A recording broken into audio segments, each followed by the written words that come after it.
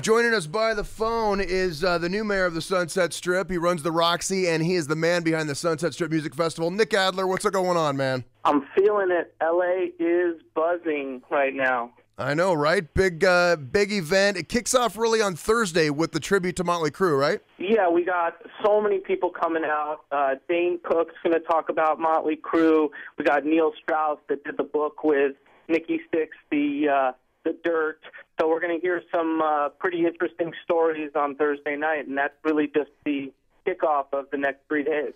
And then we have our show, we have our Close to Home show at the Roxy on that Thursday night as well. With one of my favorite ladies of rock and the greatest band, I think, in LA, Nico Vega. They're on fire. And then Eastern Conference Champions, another great band. I know you have some of Close to Home bands, so it's going to be a great night. Yeah, Eastern Conference Champion are actually hosting our nonstop stream up at 987fm.com. And I know Nico Vega, I'm looking forward to seeing them because they have a bunch of new music out. They're the one band that's been part of the music festival on some level since the very beginning, and I think it's their time to shine. This new record sounds great, and this is going to be a welcoming back party for them. So Nic Adler, from a guy who kind of knows everything that's going on this weekend with the Sunset Strip Music Festival, what are you looking forward to the most? 360 roller coaster drum kit with Tommy Lee. I was talking about that this morning. We got the video up on our website. Yeah, it's pretty sick. I think that's a great capper for this festival. So many different kinds of music. Public Enemy, we have a surprise guest with Public Enemy.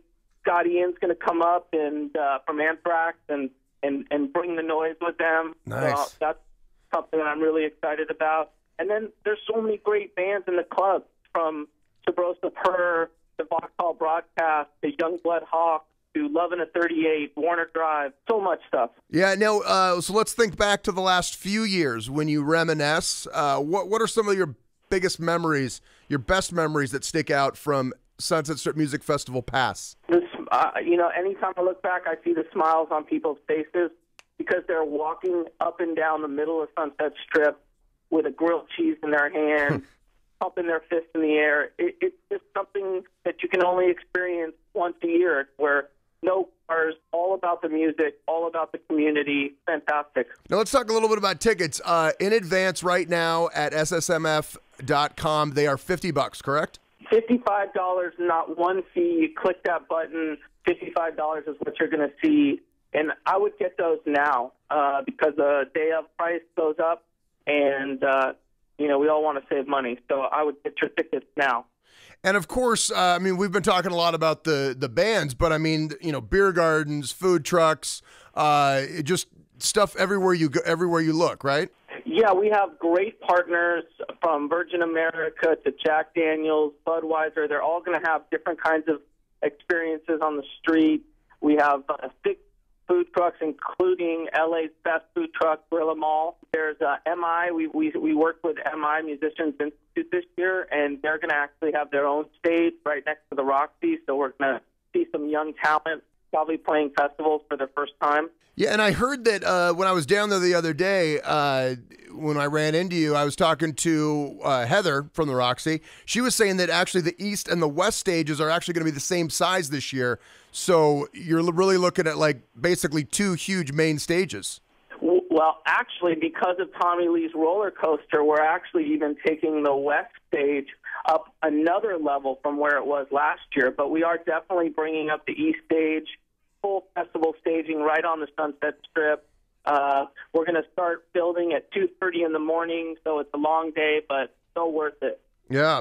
Well, I want to. We got a good question off Facebook. We're talking online about talking to you, and someone wanted to check in with you about some of your wish lists. Now that you're a music festival curator, are there any artists that you have on your wish list? I'm sure there are, but who do you ideally want to get, or maybe is there a band or two that you really wanted this year that for whatever reason, scheduling, it didn't work out? I actually am pretty satisfied with what we got. We worked really hard on it. Obviously, there's some bigger acts. It's touring season in Europe, so during August, so we don't get everything that we want. But the local scene in LA is fantastic, and I know there's tough decisions for bands up there. There's a lot of festivals in the next 3 weeks, and I'm happy that they jumped on SSMF.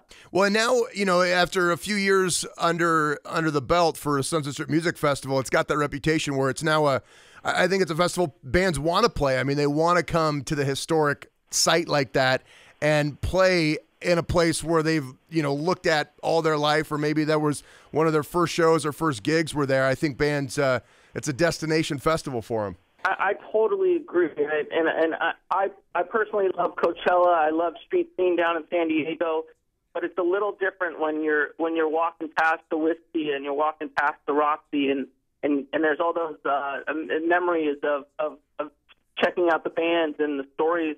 It's almost solid ground a little bit, and to be able to stick 2 stages and 15,000 people on top of it, have a party. We're very, very blessed. Yeah, and I want to talk before I let you go, Nic, about the city of West Hollywood and how amazing they've been. I know that you are really in bed with that community there, and just they've been great about shutting down the Strip. And I mean, you probably can't say enough about how great it is and how accommodating they've been.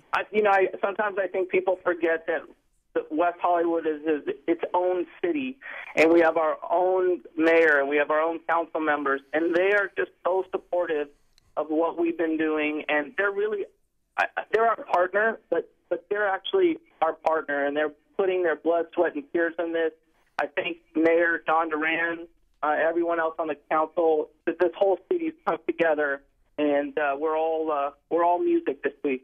And Nic, before I let you go, one last thing from the guy on the inside. People might be a little bit concerned about crowds and getting down there, and where do I park? What do you have to say about all that? What's the best way for folks to arrive at the Sunset Strip Music Festival on Saturday? To make it easy, I would go to the Pacific Design Center.